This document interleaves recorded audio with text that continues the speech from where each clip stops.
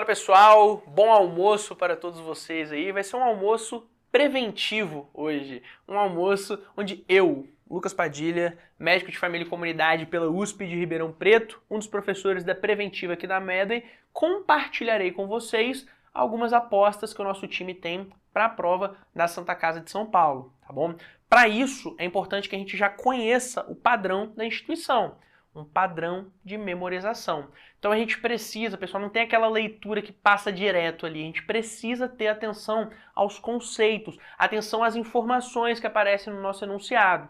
A maior parte dos focos são cobrados de forma bem direta, assim, mas alguns, e você que já está se preparando, deve ter feito as provas antigas da instituição, vêm em enunciados muito grandes. Então essas informações, esses conceitos às vezes passam batidos. Eu vou trazer aqui para vocês, pessoal, um perfil assim da instituição como um todo, principalmente levando em consideração a prevalência das coisas que mais foram cobradas. E mais do que isso, tentei trazer também algumas situações que geraram estranheza e que alguns candidatos conheceram aquele termo na prova pela primeira vez, né? Então isso não pode acontecer, tá bom? Então eu lembro que algumas das coisas até que a gente vai conversar aqui, né? No dia que, na hora que acabou a prova da Santa Casa, meu celular começou a fritar. Então, caraca, eu lembrei de você na hora, lembrei de você na hora. E eu espero do fundo do meu coração que as coisas que a gente vai conversar aqui nos próximos minutos sejam úteis para a sua prova, que venha essa memória aí na hora que você estiver fazendo a prova também, que isso possa te ajudar de alguma forma. Claro que o direcionamento maior, né, a gente fez no intensivo para vocês, né, com 40 aulas aí de cada instituição que a gente pudesse colocar ali para vocês ali, mas a gente vai tentar fazer isso de uma forma agora direcionada aqui e contando também com um exercício de futurologia, torcendo para funcionar para vocês. Perfeito? O que vale a pena então nessa reta final, bem final agora, a gente passar o olho em relação a essa prova? Claro, né, pessoal, para quase toda prova de preventiva, a gente precisa entender contexto de APS, né? E esse ano a gente já vem percebendo que prova do Boss, prova do Einstein, já veio cobrando bastante ali também atenção primária à saúde, o atendimento do médico e da médica de família e comunidade ali, né? Então até doenças ali, né, mais prevalentes, questões quase que de clínica médica ali, mas com doenças que são mais prevalentes na atenção primária à saúde mesmo. Para a prova da Santa Casa, os estudos epidemiológicos, até com um foco um pouquinho maior para o ensaio clínico ali, a gente precisa entender o comportamento de algumas doenças, né, em relação a epidemias, endemias e pandemias assim também, e algumas questões relacionadas à evolução do SUS junto dos indicadores de morbimortalidade.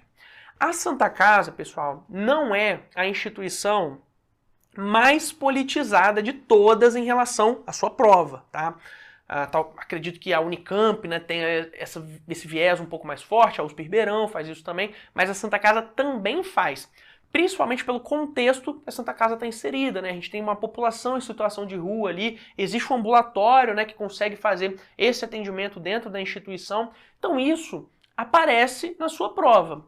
Por isso que esse ano eu resolvi colocar aqui também para a nossa revisão, né, para essas apostas da prova, uma coisa que a gente já falava um pouco mais pro Einstein, né? E aí a gente percebeu, e ano passado caiu na prova da Santa Casa, que está relacionada à vulnerabilidade social, às dimensões de vulnerabilidade social. Então, vou colocar para vocês aqui também uma divisão em relação, uma explicação mesmo, né?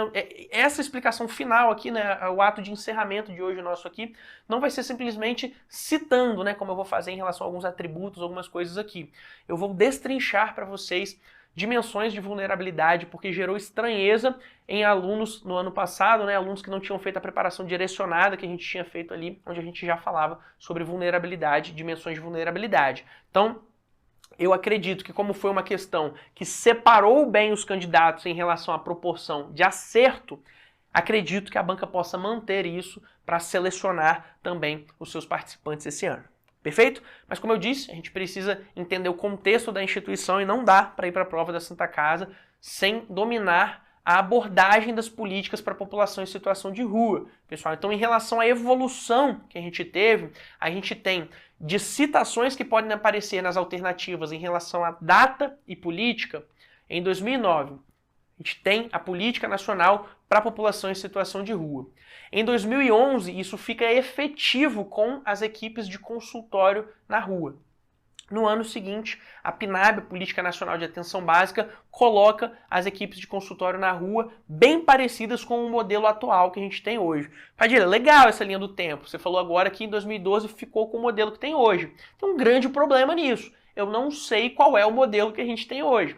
E é para isso que eu estou aqui, para te explicar um pouco, tá bom? Existem modalidades de equipe de consultório na rua e foi isso aqui que fez as pessoas mandarem mensagem no pós-prova nos últimos 2 anos para mim, falando, cara, eu não tinha a menor ideia que isso acontecia, eu vi na prova, muito obrigado e tal. Eu espero ouvir isso de você no jantar dos aprovados também, quando a gente estiver juntos. Quais são as modalidades, pessoal? Eu tenho modalidade 1, onde eu tenho 4 profissionais, que são 2 de nível superior e 2 de nível médio. A modalidade 2, com 6 profissionais, mantendo também a mesma divisão 50-50. Na modalidade 3, eu tenho exatamente a mesma situação da modalidade 2. Só que eu tenho aqui a presença do profissional médico também. Ué, Padilha, eu achei que era profissional médico já desde a modalidade 1. Não, eu posso ter outros profissionais de nível superior ocupando a modalidade 1 e 2 aqui, que são enfermeiro, psicólogo, assistente social, terapeuta ocupacional, e aí o médico, né, vem aqui para a modalidade 3, mas eu também tenho agente social, técnico auxiliar de enfermagem e técnico em saúde bucal também compondo as nossas modalidades diferentes de equipe de consultório na rua. Perfeito? Vamos revisar um pouquinho princípios aqui do SUS, atributos da atenção primária à saúde. Por favor, não confundam, tá bom, pessoal? Então, você não precisa gravar a ordem aqui dos atributos, mas você precisa lembrar o que é princípio do SUS e o que é atributo da atenção primária à saúde. Nesse caso especificamente, tem um deles, deixa eu até já colocar aqui para você, né? A integralidade, que vai fazer pouca diferença, porque a integralidade tanto é um princípio do SUS quanto um atributo da atenção primária à saúde. Mas nesse caso, pessoal, é importante que a gente grave de fato aqui os atributos, pensando também nos seus exemplos, né? Quando eu falo de acesso ou primeiro contato, eu estou falando das pessoas entrarem no meu sistema de saúde. Eu estou falando, por exemplo, né, uma política nacional de humanização do atendimento que eu tenho, eu estou falando da ambiência como um todo. Eu não posso ter um ambiente hostil ali no meu ambulatório para pessoa em situação de rua. Essa pessoa precisa passar por ali e sentir que ela pode ser atendida ali. Quando essa pessoa chega, ela tem acesso, inclusive porque na abordagem, por exemplo, do paciente com sintoma respiratório para pessoa em situação de rua, pensando no protocolo de tuberculose, eu não vou falar, essa tosse é aguda, eu vou esperar 3 semanas e vou te atender depois. Não. A tosse, em qualquer duração para pessoa em situação de rua, a gente vai abrir investigação para tuberculose. Então essa pessoa precisa conseguir acessar esse sistema. Tá bom? Então, na atenção primária à saúde, a gente tem como atributo essencial ou nuclear, né, o acesso ou primeiro contato. Perfeito? A coordenação do cuidado também é um atributo essencial, um atributo nuclear, né? O Einstein cobrou isso já esse ano, né? Então descrevia a situação no enunciado e perguntava qual das atitudes que foram tomadas ali naquele caso clínico estava mais intimamente relacionada à coordenação do cuidado. E aí, pessoal, a coordenação do cuidado vai estar muito relacionado a, de fato, o que a atenção primária à saúde faz para, desculpa ser redundante, né, coordenar o cuidado do paciente.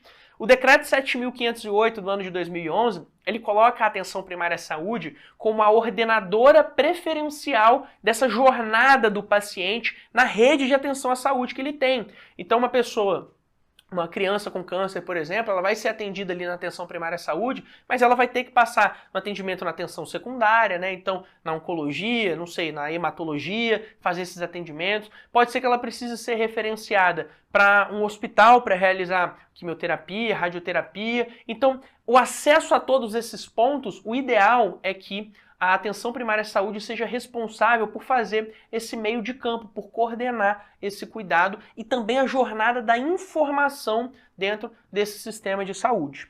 Perfeito? Os outros 2 atributos essenciais que a gente tem são a longitudinalidade e a integralidade. Quando eu falo de longitudinalidade aqui, eu estou falando de acompanhar esse paciente ao longo do tempo. Então, como a unidade de saúde, né, fica ali próxima às casas das pessoas, né, as pessoas são credenciadas, cadastradas ali por estarem morando naquele lugar, morando naquela região, então eu sou uma fonte regular de cuidado para esse paciente, para essa família, ao longo do tempo. Eu acompanho esse paciente nas diferentes etapas da vida dele e acompanho de forma integral, analisando esse paciente como um todo no seu contexto biopsicossocial, mas também oferecendo para ele tudo aquilo que ele precisar, que é muito relacionado ao que a gente tem em relação à integralidade como princípio do SUS também, tá bom? Quando a gente fala de integralidade como atributo da atenção primária à saúde, a gente está falando um pouquinho mais dessa visão voltada para o paciente, uma visão um pouquinho mais individual ali, né? Uma integralidade do cuidado. Quando a gente fala da integralidade do princípio do SUS, a gente está falando um pouquinho mais da integralidade do sistema como um todo, de oferecer tudo aquilo que aquele paciente precise. Perfeito? Mas aqui a gente também está falando de integralidade de serviços. Tanto que a gente coloca aqui, ó, profissional, equipe multi e interdisciplinar, né? Equipe multidisciplinar. Eu tenho aquelas pessoas ali, elas estão ali. Equipe interdisciplinar, além dessas diferentes pessoas de diferentes formações estarem ali, elas trabalham de forma integrada. Então é isso, a gente chama de equipe interdisciplinar. Perfeito? Cada vez mais isso vem aparecendo nas provas dessa forma. Atributos derivados, então, a gente vai ter, né, além desses atributos nucleares, 3 atributos derivados. Aqui a gente vai ter a orientação familiar e a orientação comunitária. Gosto de destacar para vocês, né, lembrar do MFC, né, que é o médico de família e comunidade. Então, orientação de família e orientação de comunidade, que é entender o contexto da família e da comunidade ali como efetivamente ali um perturbador ou um consolador ali, né, desse processo de saúde e doença para o paciente.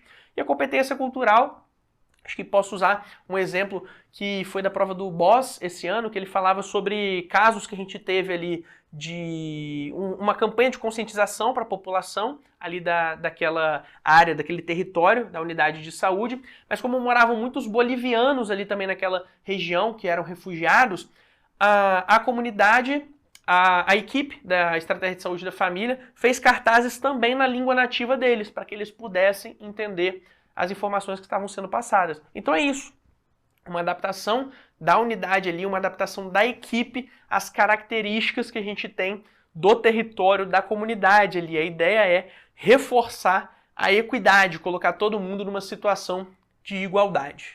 Perfeito?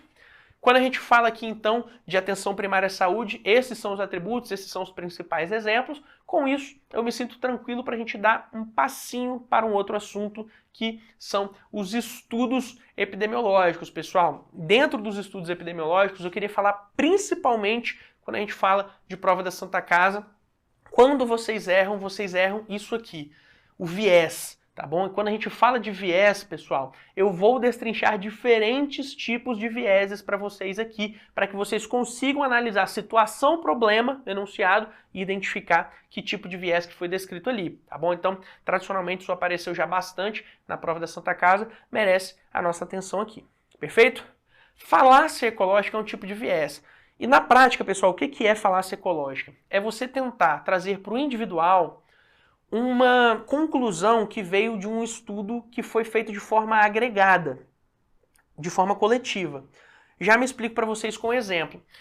Acho que um exemplo tradicional, assim, né? Se a gente estiver falando de cidade, vamos falar que a prevalência da hipertensão em São Paulo, na cidade de São Paulo, é de 30%. E que a prevalência da hipertensão na cidade de Ribeirão Preto é de 20%. Então eu posso, de forma agregada, que foi como eu obtive esses dados, dizer que o risco de ser hipertenso em São Paulo é maior do que o risco de ser hipertenso em Ribeirão Preto. Perfeito. O que eu não posso fazer? Pegar aqui Dona Joana em São Paulo e o João em Ribeirão Preto e falar: a chance de a Joana ser hipertensa é maior do que a chance de o João ser hipertenso. Isso não existe, pessoal, porque eu individualizei uma conclusão que foi tirada de forma coletiva. Isso é falácia ecológica, tá bom? Então tem a ver também com pessoas mentirem no questionário quando estiverem fazendo, mas isso quando aparece em prova costuma aparecer assim, tá bom? Eu tentar trazer para o individual um resultado que é coletivo, porque veja bem, a Joana tem os fatores dela para ser hipertensa ou para não ser hipertensa. O João também. História familiar, carga genética, os hábitos de vida. Então, quando eu vou individualizar essa comparação aqui, eu preciso fazer ela com a maior justiça possível. Não é o que eu faço quando eu tenho essa falácia ecológica nessa situação. Perfeito?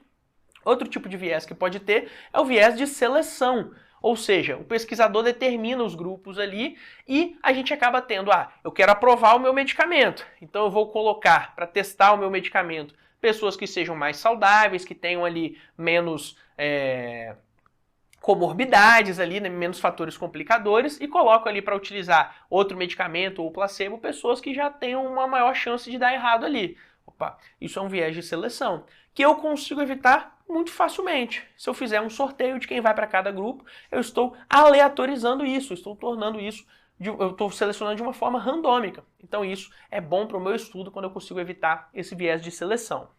Existe o viés também, pessoal, que é muito comum no estudo de caso-controle, que é o viés de informação, que às vezes vem como um viés de memória aqui. O que é isso, pessoal? A informação ela chega errada, às vezes, porque a pessoa não lembra. Por que eu falei do estudo de caso-controle? O estudo de caso-controle é um estudo onde eu começo pela presença ou ausência do desfecho e analiso dali para trás o que aconteceu no passado daquelas pessoas que possa justificar, olha, aconteceu mais isso aqui em quem teve o desfecho e menos em quem não teve o desfecho. Isso é uma potencial etiologia aqui, né, para essas pessoas. Perfeito. Só que qual o problema? Essa etiologia, essa exposição pode estar muito no passado. Eu posso estar verificando pacientes na quinta, sexta década de vida e eu estou questionando, por exemplo, baixo peso ao nascimento. E essa pessoa, óbvio, não sabe com quantos quilos nasceu, não se lembra, né? Não tem acesso mais à sua caderneta. Eu tô falando quinta, sexta década de vida, eu tô com 32 anos, não tenho a menor ideia de qual foi o meu peso ao nascimento, não sei onde está a minha caderneta, mas eu ainda tenho a oportunidade de ligar para minha mamãe querida e perguntar, mãe, com quantos quilos eu nasci? E receber dela a resposta, não faço a menor ideia, né? Então, pelo fato de eu especificamente ter nascido de cesárea, eu não imagino que eu tenha nascido levinho, né, nesse ponto, mas pode ter sido também só um conforto obstétrico ali, já que eu resolvi nascer numa segunda-feira. Além disso, pessoal, desse viés de memória, no viés de informação também vem entrar um outro tipo de viés, que é o viés de aferição. Quando eu estou fazendo aqui o meu estudo, eu posso estar verificando hipertensão, por exemplo, ali no meu estudo. Então, várias pessoas ali em diferentes cidades fazendo um estudo multicêntrico ali. Só que eu estou utilizando em um lugar o aparelho digital, em outro lugar eu estou usando o esfigmomamômetro, em outro lugar coluna de mercúrio ali para a gente verificar e os aparelhos descalibrados. Isso é um viés de aferição. Justamente por isso, uma das maneiras da gente evitar esse viés de aferição é calibrando os equipamentos e realizando o treinamento da equipe que vai fazer essa aferição também. Perfeito? Tem mais viés, Padilha? Claro que tem mais viés. Tem um viés muito importante pra gente aqui, que é o viés de confusão. O viés de confusão, pessoal, o que acontece? Eu estou investigando um desfecho que pode ser causado por vários fatores. Eu tenho uma hipótese inicial, que eu vou chamar de exposição, que eu acho que pode causar o desfecho. É assim que se começa uma pesquisa, né? Essa investigação clínica. Então eu quero investigar, o exemplo que eu costumo usar para vocês, se tomar café costuma aumentar ou não um desfecho de uma doença, de um evento cardiovascular. Perfeito. Vamos supor que tomar café não tenha relação com a doença cardiovascular. Mas o que pode acontecer? Pode acontecer que as pessoas que tomam café tem uma associação com fumar, que vai entrar como uma variável de confusão aqui para mim. Então, o hábito de tomar café em si não aumenta o desfecho de doença cardiovascular, mas como pessoas comumente vão tomar café e começam a fumar um cigarrinho ali nesse momento da pausa do café, como uma variável de confusão está relacionada à exposição e também está relacionada ao desfecho, o que acontece? Ela, sozinha, fumar, o hábito de fumar, aumenta a chance de acontecer um evento cardiovascular com esse paciente. O café pode não estar associado, mas entrou o hábito de fumar aqui como uma variável de confusão. Então, isso é um exemplo do que é um viés de confusão.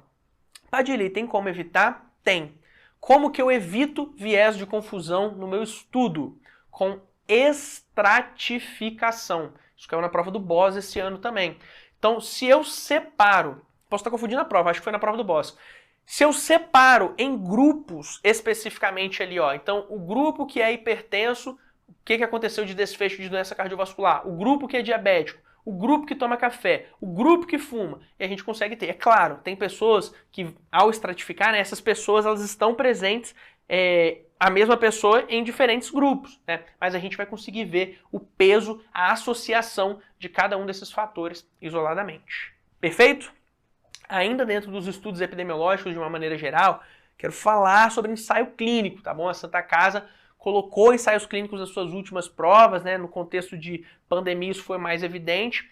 Não sei se isso vai continuar sendo uma tendência, mas é importante que vocês tenham um conceito em relação a isso, porque pode aparecer inclusive em outras provas também, tá bom? Fases, e já que a gente está tendo aqui, né, Santa Casa dia 9 e USP São Paulo dia 10, então já aproveito que a gente está conversando aqui, porque isso vale também para a prova da USP São Paulo. Então, ó, no começo do ensaio clínico, pessoal, a gente quer testar uma nova droga, né, um novo medicamento, uma nova vacina, enfim, que seja. A gente começa esse estudo com uma população um pouco menor. Então a gente vai começar com um número de participantes limitado. Qual que é o objetivo aqui, né, de eu ter poucas pessoas aqui? Eu quero ter pessoas saudáveis aqui, inicialmente, porque eu quero colocar aqui um teste de via de administração, como que as pessoas vão reagir às diferentes doses, quais são os possíveis efeitos colaterais. Então aqui vão entrar pessoas jovens e saudáveis, na maior parte das vezes, que são pessoas menos predispostas a apresentarem esses efeitos colaterais aqui. Então se aparecer é porque realmente o medicamento faz com que apareça. Então aqui eu já começo a ver qual é a via de administração, qual é a dose, qual é a tolerância. Eu posso aumentar um pouquinho a quantidade de participantes, que geralmente fica entre 100 e 300 participantes na fase 2 do meu ensaio clínico. E aqui eu estou vendo agora, quando eu amplio o número de participantes, eu começo a ter participantes que têm outras comorbidades, participantes que utilizam outros medicamentos, é onde eu começo a perceber aqui interações medicamentosas, diferentes dosagens, quais são as diferentes reações dos pacientes a elas, e eu começo a ter dados, principalmente, de eficácia desse medicamento que eu estou fazendo. Para aí sim, eu já ter um pouco mais de segurança para testar num público um pouco mais amplo, que é um público entre 5 e 10 mil pessoas, tá bom? Então aqui é onde realmente eu já estou verificando a eficácia de fato aqui e a segurança dessa aplicação. Porque quando eu amplio esse espectro de participantes, coisas que eram mais raras de acontecer começam a aparecer aqui. Então aqui é de onde vão sair os dados mais consistentes, onde eu vou colocar esses dados na bula da minha medicação, da minha vacina, nessa fase 3. Mas não acaba por aí, tá bom, pessoal? Porque eu posso e devo, a partir do momento que eu começo a comercializar esse medicamento, essa vacina, continuar fazendo o que a gente chama de farmacovigilância. Então, eventos adversos relacionados a medicamentos e a vacinas, principalmente, precisam ser notificados, justamente para que a gente consiga ter esses dados. Se alguma coisa era muito rara de acontecer em relação a esse evento, só acontece a cada 1 em 1 milhão, agora tem 1 milhão de pessoas que estão utilizando. Então aqui eu posso continuar fazendo esse processo de observação. Então a fase 4 desses ensaios clínicos é a fase de farmacovigilância, que é quando já está sendo comercializado o produto. Perfeito? Vamos conversar um pouquinho agora então sobre evolução do SUS, pessoal. Eu quero focar em financiamento com vocês, tá bom? A prova da Santa Casa é uma prova que tem uma tendência histórica, assim, né, de fazer referência a evoluções históricas nesse processo. Então, para a gente lembrar aqui, o financiamento do SUS é um financiamento tripartite. O objetivo é descentralizar. Então, não é responsabilidade do governo federal financiar o Sistema Único de Saúde como um todo. Tem responsabilidade para o município. Ele é o principal financiador, inclusive. Dos impostos específicos que tem na arrecadação, 15% precisa ser investido em saúde. Inclusive, se não for, pessoal, isso é um critério de má administração pública. Vários pedidos de impeachment para diferentes líderes do executivo, baseado nisso aqui. Esse líder, essa líder do executivo não investiu o mínimo na saúde, perfeito? Para o Estado, esse número é de 12%, e para a União, o que a gente tem de atualização é investir em saúde o que a gente teve no ano anterior, mais a variação de acordo com o IPCA. Então a gente tinha historicamente essa variação acontecendo de acordo com o PIB e passou a ser de acordo com o IPCA. Qual que é o problema disso aqui, né? E por que essa PEC falou, nossa, essa PEC agride muito a saúde, né? Porque nesse momento aqui, o IPCA, ele varia menos do que o PIB. Então, não é que a saúde perdeu dinheiro aqui, né? Ela deixou de ganhar o dinheiro que ela ganharia se fosse corrigido ano após ano de acordo com o PIB e não com o IPCA, tá bom? Que o IPCA tem uma variação um pouco menor, por isso foi bastante polêmica essa emenda constitucional de número 95. Mas eu quero fazer uma viagem no tempo um pouco maior com vocês aqui, né? Como que começou esse financiamento da atenção primária, né? Então lá, quando a gente fala das normas operacionais básicas, né, a gente tem ali na NOB 96, principalmente, o estabelecimento ali do PAB fixo, que era recursos per capita ali que os municípios receberiam, e também do PAB variável, que era, à medida que os municípios vão fazendo mais ações de saúde, ligadas à atenção básica, eles vão receber mais dinheiro para investir na atenção básica, tá bem? Isso estava bem condicionado aí à abrangência também e era avaliado através de um programa, que era um programa de melhoria e atenção à qualidade, que é o PMAQ, tá bom? No caso da atenção básica era o PMAQ-AB, de atenção básica. Esses recursos, pessoal, não é assim, ó, toma dinheiro, município. É não. Esse recurso vai ser para investimento na própria atenção básica. Então, eu quero colocar aqui na minha instituição, na minha unidade de saúde, ar-condicionado, rampa, colocar um teto num lugar onde não tem teto, comprar um micro-ondas, botar uma autoclave aqui, para colocar uma sala de curativo e tudo mais. Então, esses recursos servem para isso. Perfeito? Agora, uma atualização muito importante que a gente teve em relação a financiamento, né, fazendo essa viagem histórica e falando de programas de financiamento específico, pessoal, para financiamento da atenção primária à saúde, eu preciso falar com vocês sobre o Previne Brasil, que calculava essa grana que ia para atenção primária à saúde, né, calcula de acordo com 3 pilares, tá bom? Depois surgiu um quarto pilar, que eu já até adianto para vocês que era relacionado à estimativa de tamanho de população em relação ao IBGE, já que a gente não teve ali censo em 2020, né, e era para ter tido, mas por causa da pandemia não teve. Então uma estimativa de tamanho da população fazia com que se entregasse mais ou menos dinheiro ali para aquela população, e a partir desses cálculos, pessoal, era decidido então a verba que a União ia destinar para a PS de cada município, baseado em captação ponderada, em pagamento por desempenho e incentivo para ações estratégicas, tá bom? Então esses 3 são os principais. Teve mudança de governo federal, né, de 2022 para 2023.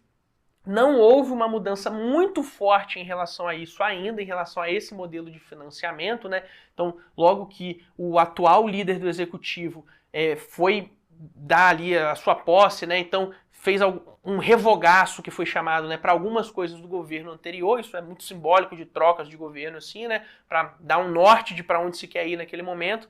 Mas o financiamento do SUS especificamente não foi atingido de maneira muito forte em relação a alguma mudança. E, claro, essa é uma política que exige um maior estudo fiscal e tudo mais. Então ainda está relacionado a essas maneiras aqui da gente fazer essa distribuição, tá bom? Se fosse falar só sobre isso, pessoal, ficaria tranquilamente pelo menos 1 hora conversando com vocês, tá? O nosso objetivo aqui é tentar dar um refresh mesmo para vocês lembrarem disso para a prova, tá? Mas se você não tem segurança em relação a isso, vale a leitura, né, para dar uma olhada aí no material em relação a esse modelo de financiamento da atenção primária à saúde e a mudança, né, já que a Santa Casa pega essas evoluções históricas nesse processo.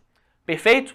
Agora, para a gente já começar a querer finalizar esse nosso momento aqui, eu queria falar um pouquinho sobre indicadores de morbimortalidade. Eu queria que a gente falasse um pouquinho, pessoal, eu queria trazer informação que a Santa Casa às vezes coloca, e essa informação não vem mudando ultimamente assim, que são as causas mais comuns de óbitos no Brasil, tá bom? Então a gente tem aqui, ó, no total do que se morre, e quando a gente olha para as mulheres, a gente mantém o mesmo índice aqui, ó, doenças do aparelho circulatório em primeiro lugar, nos homens também. Em segundo lugar, neoplasias, tanto nas mulheres quanto nos homens. Mas no terceiro lugar, aquela informação importante que a gente sempre traz para vocês, né? Para as mulheres foi doenças do aparelho circulatório aqui, e aqui, claro, né, muito relacionado à Covid, né? Então essa mortalidade que a gente teve um aumento muito importante também. Mas nos homens, terceiro lugar, causas externas. Então aqui a gente está falando de acidente, aqui a gente está falando também de homicídios, né? Então o tipo de comportamento aqui, né, que o homem tem em sua vida, né, um comportamento mais idiota, né, que a gente tem mesmo aqui. Então nessa situação aqui a gente tem de fato em terceiro lugar, causas externas, como causas mais comuns de óbitos para homens no Brasil. Perfeito? Vamos conversar um pouquinho, pessoal, sobre mortalidade prematura por doenças crônicas não transmissíveis. Pessoal, o que é isso aqui, né? As pessoas que morrem antes da hora, então, por doenças crônicas não transmissíveis, então a gente está falando de complicações da hipertensão, do diabetes, né? Aqui até as neoplasias vão entrar aqui também, mas a gente está falando de mortalidades, né? Que pode ser o caso do infarto, aqui dos acidentes vasculares de uma maneira geral. Essas doenças, elas são doenças incapacitantes. Então isso faz com que essas pessoas, ainda que sobrevivam, elas vivem com uma menor força de produção para si e para o sistema como um todo, né? Então tem um impacto econômico e social importante e, de fato, a gente percebe isso aparecendo em provas também. Diminui a qualidade de vida dessa pessoa e traz também para essa pessoa, né, uma morte prematura e tem um impacto muito forte. Para finalizar, eu vou trazer para vocês aqui os indicadores de morbimortalidade ainda, um conceito que vem aparecendo em provas, que começou a ser cobrado no Einstein de uma maneira geral, que é o conceito de vulnerabilidade, as dimensões que a vulnerabilidade pode ter. O Einstein foi pioneiro, né, na cobrança disso, cobrou nesse ano de novo, né, processo, e a Santa Casa cobrou no seu último processo seletivo, e muita gente ficou, será que é isso? Será que não é isso? E tal. Então o pessoal que tinha feito a preparação até mais direcionada para o Einstein estava muito tranquilo em relação a isso, mas como vocês ainda apresentam um pouco de dificuldade, queria só recordar com vocês para a gente amarrar bem esses conceitos aqui. Existem 3 tipos principais, assim, né? Existe a vulnerabilidade programática, que pode ser chamada de vulnerabilidade institucional também. Esse programática vem dos programas de saúde, e isso já dá uma ideia pra gente do que a gente está falando aqui. Os recursos sociais que são necessários para a gente proteger esses indivíduos não estão acessando esses indivíduos. Então esses indivíduos estão vulneráveis aos programas de saúde, eles não estão tendo acesso aos programas de saúde. Uma política de saúde precisa atingir as pessoas que mais precisam dela. E muitas vezes esses programas de saúde não atingem. Eu já quero dar um exemplo para vocês da questão do Einstein desse ano, processo seletivo para os residentes de 2024. Falava sobre o ajuste que foi feito ali no horário para uma paciente, né? Colocar essa paciente num primeiro horário para que ela conseguisse fazer uma consulta de anticoncepção, porque tinha 20 anos ali que ela não fazia esse tipo de consulta, nenhum tipo de consulta. Então os programas de saúde não alcançavam essa paciente para falar sobre anticoncepção. Essa paciente tinha 5 filhos menores de idade ali, e aí a gente precisava de atingir essa paciente. Foi marcado para ela consulta no primeiro horário, para ela não perder o dia de trabalho. Então, os programas de saúde agora alcançaram essa paciente, a pergunta era essa, né? Qual dimensão da vulnerabilidade a gente decreta ali, né, o fim dela a partir dessa ação, né? E era de fato a vulnerabilidade programática. Então, até já fazendo um paralelo aqui para vocês, né? Mesmo essa paciente tendo uma questão social muito importante, o comando da questão era: o que a gente está resolvendo? Que dimensão da vulnerabilidade a gente está resolvendo? A gente resolve a vulnerabilidade programática ao fazer isso para essa paciente. Ela continua tendo vulnerabilidade social, mas a gente não resolveu com essa ação de fazer essa marcação, por exemplo, tá bom? Então, quando a gente fala da programática, a gente está falando de programas do Ministério da Saúde, de controle social, né, do governo de uma maneira geral, que esteja relacionado à aplicação dos recursos que são destinados à saúde. Perfeito? Mas eu também tenho vulnerabilidade individual. Então, aqui a gente está falando dos aspectos da pessoa. Aspectos biológicos, aspectos emocionais, aspectos cognitivos, atitudinais, que vão criando ali condições para adoecimento, colocando essa pessoa individualmente numa condição de vulnerabilidade. Não agora por falta de acesso aos programas de políticas públicas, né? Mas pelas questões individuais dessa pessoa, que estão muito relacionadas, claro, né? Como a gente colocou aqui, à cognição, mas também o grau de consciência, o grau de informação que essa pessoa tem. Inclusive a escolaridade da pessoa aqui, né, vai estar relacionada à sua capacidade de ter informações, interpretar essas informações também, baseado também no seu processo de tomada de decisão e da sua autonomia também nesse processo, tá bom? Então isso, né, como eu falei, vem da capacidade da formação até acadêmica da pessoa ali, mas baseado nas experiências da pessoa, na cultura da pessoa, na família da pessoa, né, no ambiente onde essa pessoa foi criada. Perfeito? Então, um primeiro exemplo aí pra gente, né? Uma pessoa sedentária, ela é um pouco mais vulnerável a doenças cardiovasculares. Eu também tenho doenças que vão acometer mais um gênero do que o outro nessa situação, que estão relacionadas à vulnerabilidade individual também. E a gente também tem, como eu disse para vocês, a vulnerabilidade social. E aí vai estar relacionado aos aspectos culturais, sociais, econômicos aqui da paciente, né, que vai determinar oportunidade ali, né, de acessar bens e serviços, e está muito relacionado a um conceito que vem aparecendo mais em provas e a gente chama de marginalização social. Perfeito? Isso aqui pode constranger a dimensão individual, então essa divisão aqui, pessoal, e por isso fica tão difícil na hora da prova, né? É uma divisão pedagógica, didática que a gente faz. Então, eu tento colocar aqui para vocês a maneira que provavelmente isso vai aparecer na prova. Mas é claro que a vulnerabilidade social do paciente, da paciente, vai interferir na vulnerabilidade individual também dele. Por isso que os enunciados, pessoal, têm sido bem claros, assim, para não deixar muita margem para dúvida, sabe? Então, quando eu estiver falando aqui de relações de gênero, eu estou falando geralmente de social ou de individual. Aqui, a gente não percebe mais aparecendo tanto em prova a relação de gênero especificamente, porque é o que esbarra nesses dois que eu acabei de citar para vocês, no social e no individual.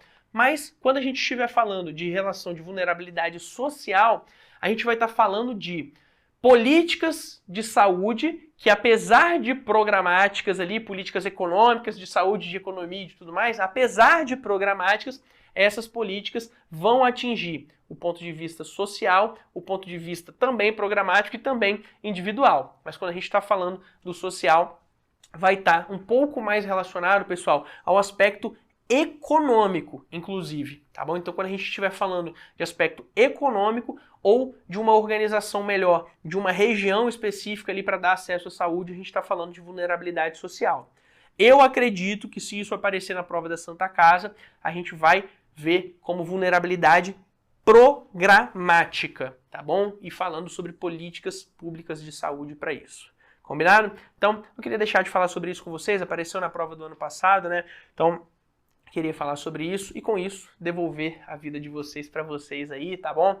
Muita tranquilidade na medida do possível, eu sei que é muito fácil eu falar isso dessa posição aqui, mas quero que vocês saibam que vocês podem contar conosco, como contaram ao longo do ano, como estão contando agora durante esse processo de provas. Se tudo der certo, pode contar com a gente na comemoração também, quando tudo estiver certo em relação à sua aprovação. Combinado? Um beijo no seu coração, boa prova para você, até a próxima. E não esquece, por favor, né, de acompanhar também as nossas dicas de última hora, que a gente coloca ali de cada uma das especialidades, e de seguir a gente também lá, né? Tanto eu quanto a Médio ali, a gente, quando vai ter essas programações, a gente costuma avisar vocês ali naquele momento. Combinado? Beijo no seu coração, bons estudos, boa prova, até a próxima. Tchau, tchau.